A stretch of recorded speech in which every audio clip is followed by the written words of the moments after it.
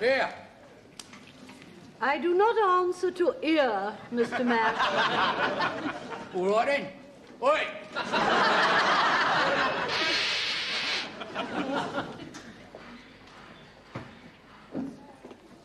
What is it, Mr. Mash? Did you put in an order for 27 galvanised buckets? And what would I be doing in ladies' department with 27 galvanised buckets? This is ladies' department, not a farmyard. Well, it could be milking a Jersey. Smash. Ah, good morning, Captain. Sorry I can't salute you, sir. Have you taken leave of your senses? I am trying to ascertain, sir, who ordered 27 galvanised buckets. Obviously nobody on this floor. Well, hardware denies all knowledge of them. I know.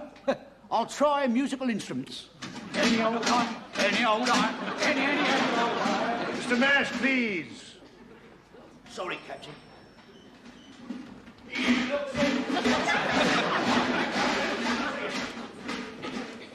Mrs. Slocombe, what shall I do with these crochet berries?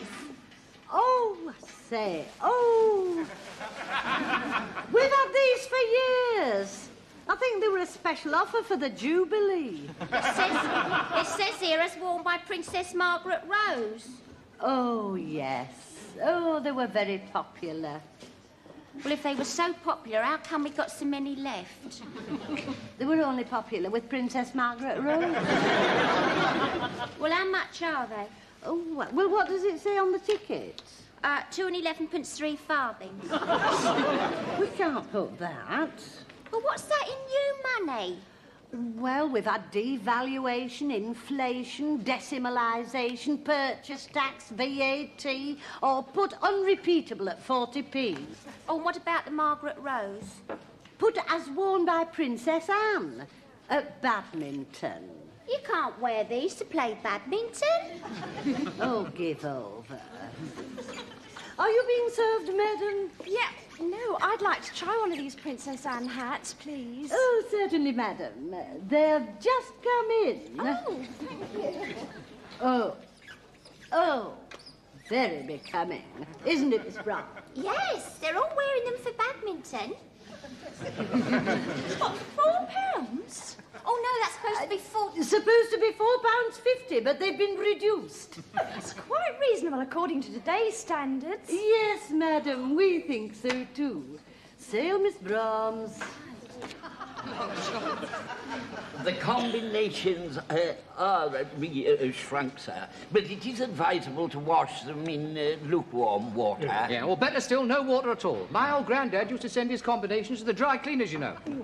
Well, I rinse mine in the bath and then let the wind dry them. Oh. Must be pure magic in your house. Here we are. Thank you very much. Good morning, sir. Thank you for your custom, sir. Can I help you, sir? So. Can I help you, sir? So.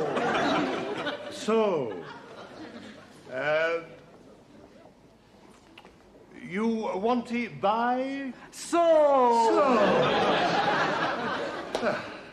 Mr. Lucas, chop, chop.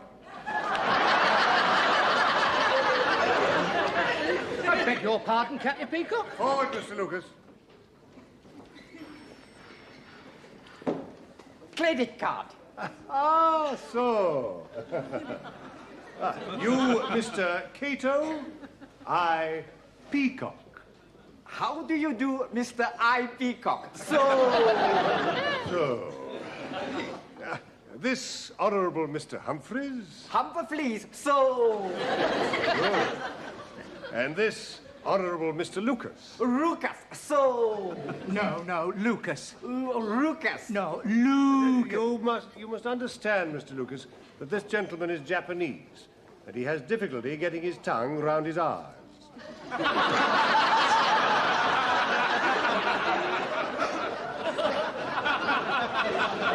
You know, I would have thought it was just a matter of practice.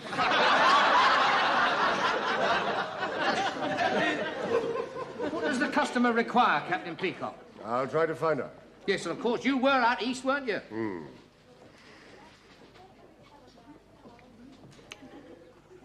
What he wanted? Quota for lane. I beg your pardon? Quota for lane. Petticoat Lane or Drury Lane? I think the customer wishy raincoat, Mr. Lucas. Ah, Lane coat.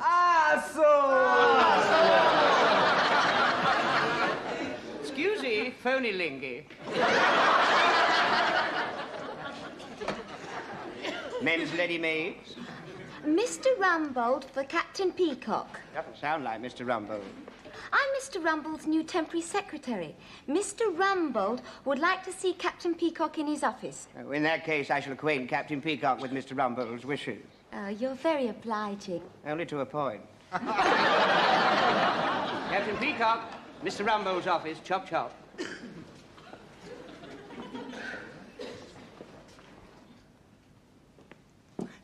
Now, what was the last thing I said?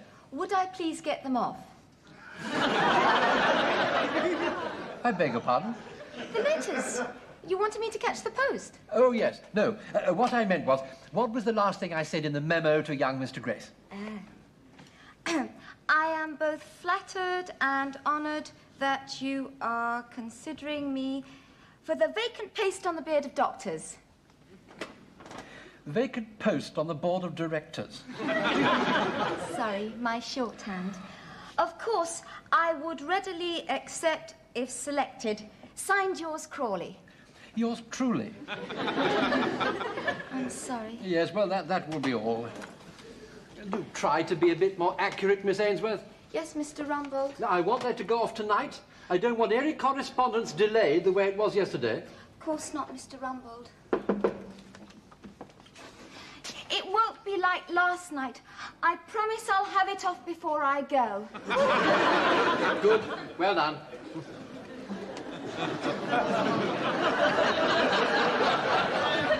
You have to be very firm with these girls these days, you know. You seem to be getting results. Well, sit down, Peacock. Thank you, sir. Now, as you've probably heard... Peacock. Yes. Yes. As you've probably heard, Mr. Theobald is retiring from the board of directors due to continued ill health. Yes, 2 bottles a day, I believe. Well, that's neither here nor there. Anyway, they've been preparing a short list of suitable people with the necessary qualifications and requirements, which are, of course, drive, experience, integrity, etc. And I thought it right, only right, that you should be the first to know, and so that's why I sent for you. Well, of course, it doesn't come as a complete surprise to me, sir. And I need hardly add that I'm both flattered and honoured, and if selected for the post, would readily accept. Captain Peacock, I feel I should explain that I'm the one who's being considered. And if I do get the job, I was intending to recommend that you should take over here. I see. Well, you don't seem too pleased about it. Well, I'm not at all sure that a clerical job is right up my street. I do so enjoy having the friendly, personal contacts with people. And, on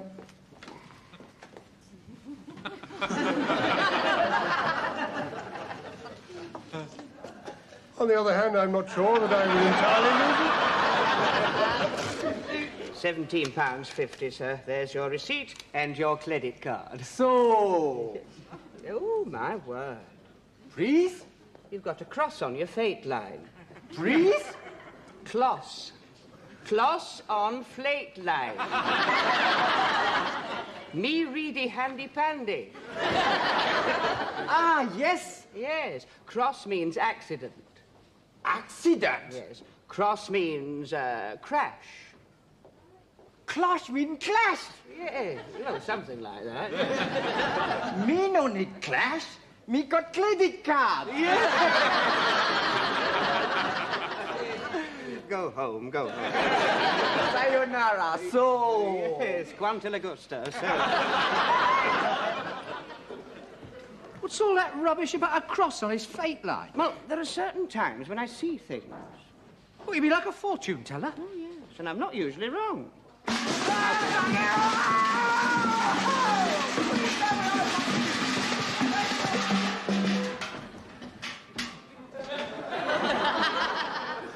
some Japanese kamikaze pilot. He just checked up in me buckets and fell down the stairs.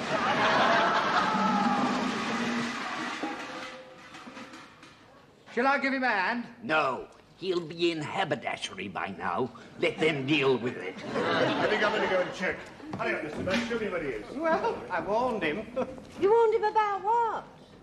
He saw it in his hand. So what in his hand? Well, I saw an accident in his hand and I told him. You'd never. He did, I heard him. I didn't know you could read hands. No, it runs in the family. My father noticed something funny about me when I was 6. Well,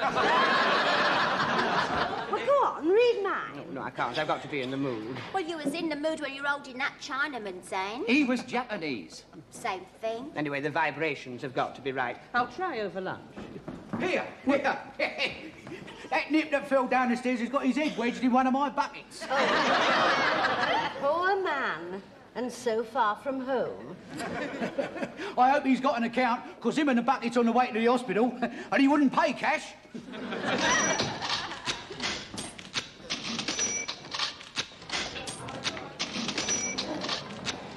There we are, there's a coffee. There's only 1 spoon. Don't worry, I'll use my finger. Mind that you don't melt your nail varnish. I prefer to use my pencil. The taste of the wood takes my mind off the coffee. Come on, you're going to do it now? Well, don't rush me. I'm trying to take the taste away of this cottage pie. How did it start? I think as yesterday's Lancashire hot pot. No. I mean, when you first found out you had this gift. Well, I used to have these funny turns, you see. When I was about 15, I had the sensation of floating out of my body and looking down at myself lying in bed in my pyjamas. What were you doing? Oh, nothing. I was just lying there. Ooh, isn't it creepy? Of course, I've learnt to do it at will since then. I can pop out of my body whenever I like. Oh, I wish I could. If I had a body like hers, I wouldn't come back. Just a joke, Mrs. Slocombe. When I first joined Grease Brothers, juniors weren't allowed to sit with the seniors. You are? Well, lots of people leave their bodies at night, but they don't remember it. I have dreams like that. Quite often I dream I'm flying around in the air with no clothes on, and all my friends are looking up at me, and I wake up and I'm blushing all over. You don't want to be embarrassed by that. Well, it's humiliating. Well, try flying on your back. I often dream that I'm wandering about the house looking for something. Do you find it? Yes, fortunately, yes. Last night on the way back, I fell over the cat. You know, animals are very psychic. I mean, the least sign of danger, and my pussy's hair stands on end laughing.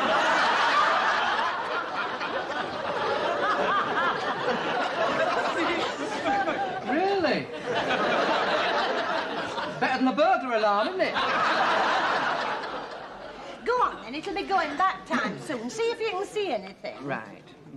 Oh, you have a very pronounced Mount of Venus. Mr. Lucas, one sake remark from you, I go straight to Captain Peacock. Never said a word. Your heart rules your head. Now, let me see. How many affairs have you had? Oh, yes. 1, 2. Oh, that's a big one. I don't think we want to go into the past. What about the future? Well, you have a very long lifeline. You'll live well past middle age. No, that's the present. She wants to know about the future. Oh, it's all quite clear. What is? Well, I can see a man at your feet. He's tall and distinguished. Who is it? I can't see. He won't turn round. Make you pop out of your body and go round and have a look. What's he doing? Well, all I can tell you is that he's lying at your feet. Would you believe it? I said it was never too late. Oh, I didn't know that Mr. Humphries was a palmist. Oh, yeah, not only that, he can pop out of his pyjamas whenever he feels like it. Do you know, he's seen things in my past that I thought only I knew about. There must have been somebody else there, surely. Captain Peacock, why don't you let Mr. Humphries have a look at your hand? Oh, no, I don't believe in that sort of thing. Oh, go on, Captain Peacock. Unless, of course, you've got some terrible secret what you want kept hidden. Oh, very well, then. But I only have a moment. There. Oh, well, look at that. Born to lead. Look at that prominent forefinger. A very ambitious hand. Oh, and such a long lifeline. Look, it goes right round here, splits itself into two, and shoots right up his sleeve. What does that mean? You're going to die of old age in a railway tunnel. Such a lot of lines. Your head rules your heart. It's big enough. I can see an opportunity. Really? Something to do with your job. Go on. Well, I see you, as it were, climbing a ladder. And then a door opens, and you find yourself wearing a new hat. Remarkable. Am I right? Well, I wasn't going to mention this, but this morning I was informed that Mr. Theobald might be leaving because of ill health. 2 bottles a day, I'm told. And I was told that I should stand by to take over Mr. Rumbold's position. Well, that's it. Climbing the ladder. Yes. Well, it's certainly taking over from Mr. Rumbold is a door opening. Yeah, and he'll definitely have to have a new hat, because then he'll be allowed to wear one of those stupid-looking bowlers. Quite remarkable. Now, let me see the back of your left hand. Oh, yes. What can you tell from that? We're late back from lunch. Come on.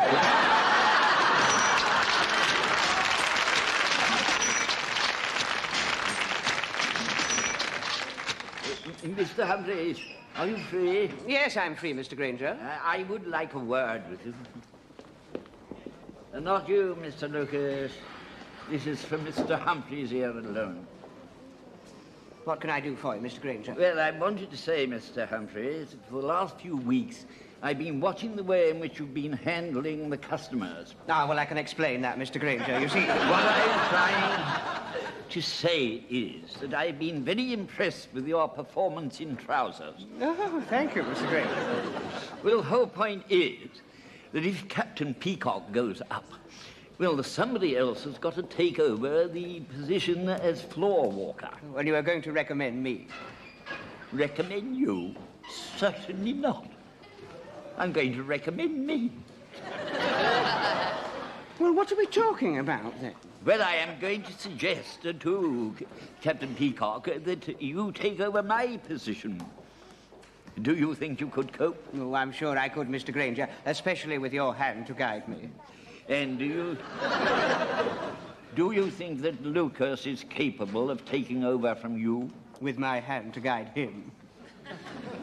Well, better consult him. Are you free, Mr. Lucas?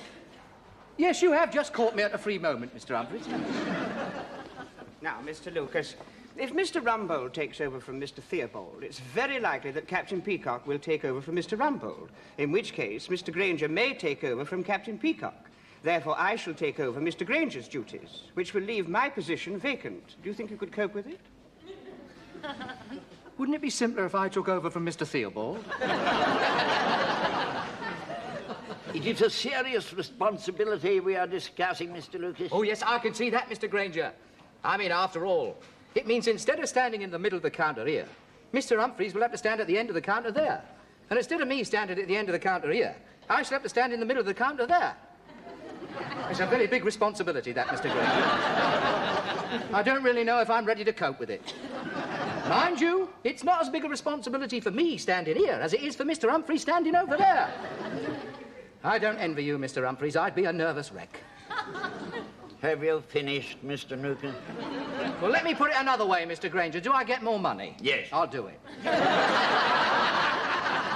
Very well, then I will confer with Captain Peacock. Oh, yes, that blasted woman's got him. Are you free, Captain Peacock?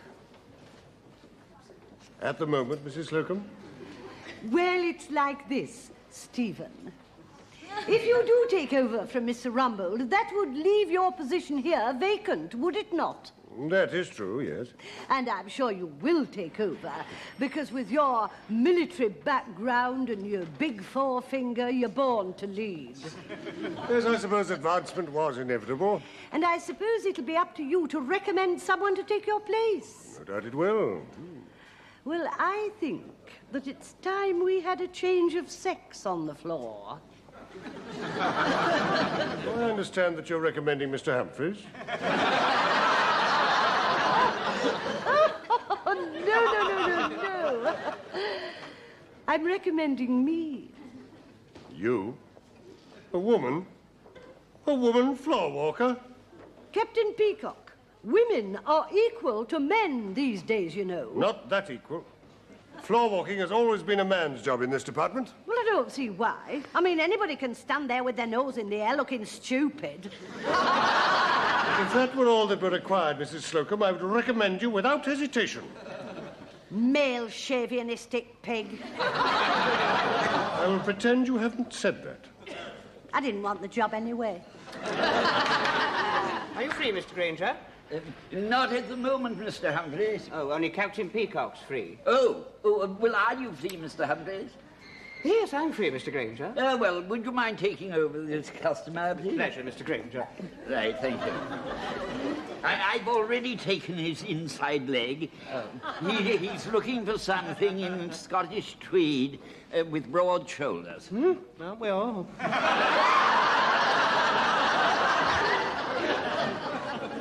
Captain Peacock, are you free? Just a moment, Mr. Grainger. I'm free now. I'm delighted to hear of the possibility of your promotion, Stephen. Thank you, Ernest. Well deserved. Inevitable, I should have said.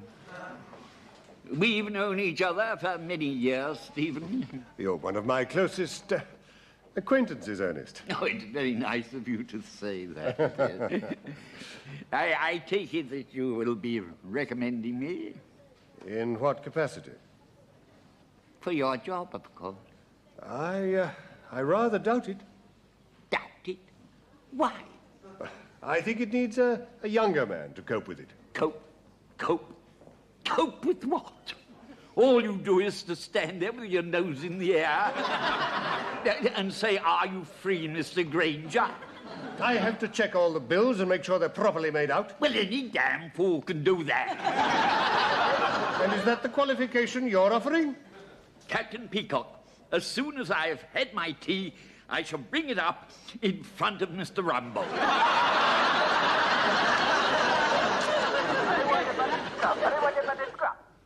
I can't understand a word you're saying.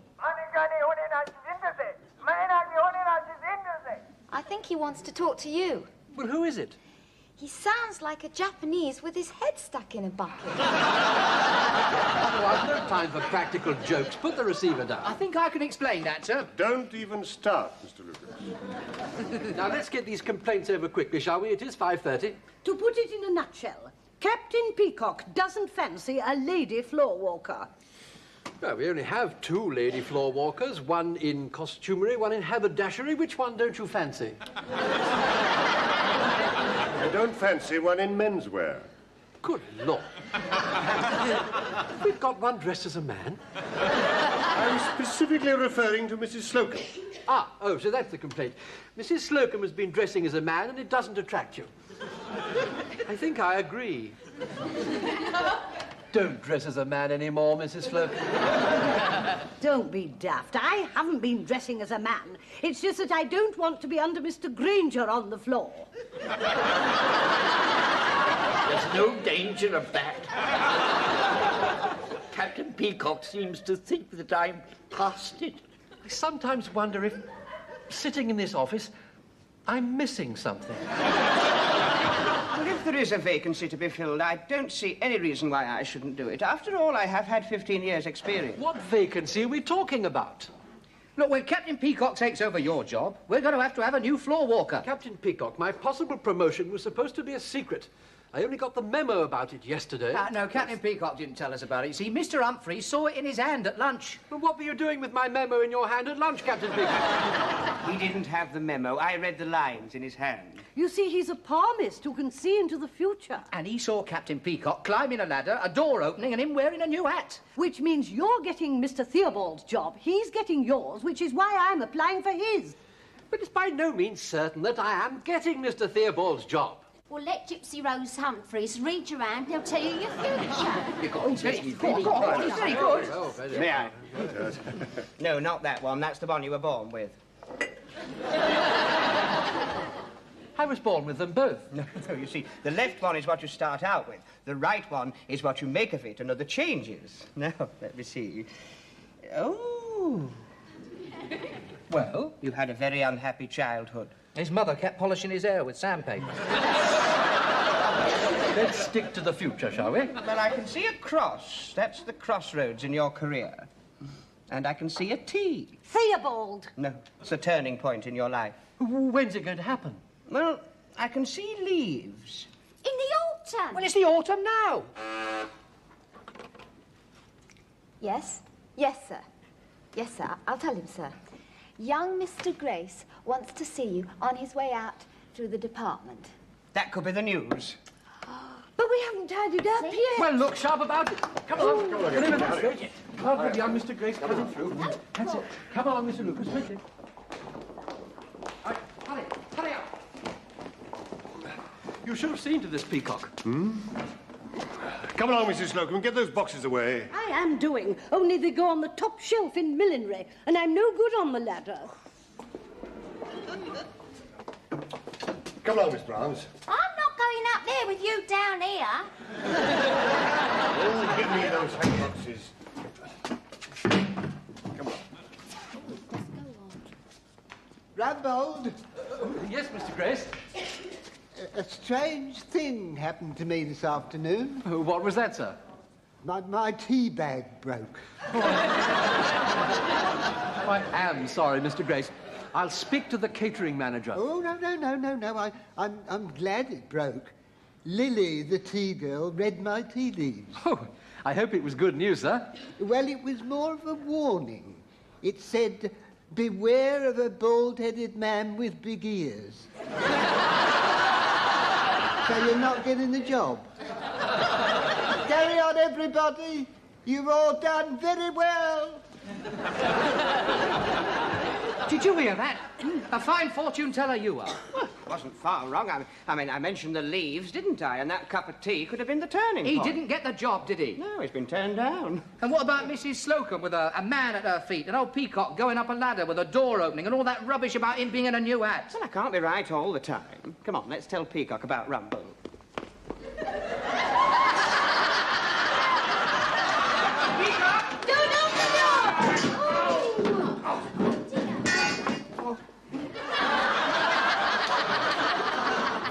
I think this will be a very good time for me to leave my body.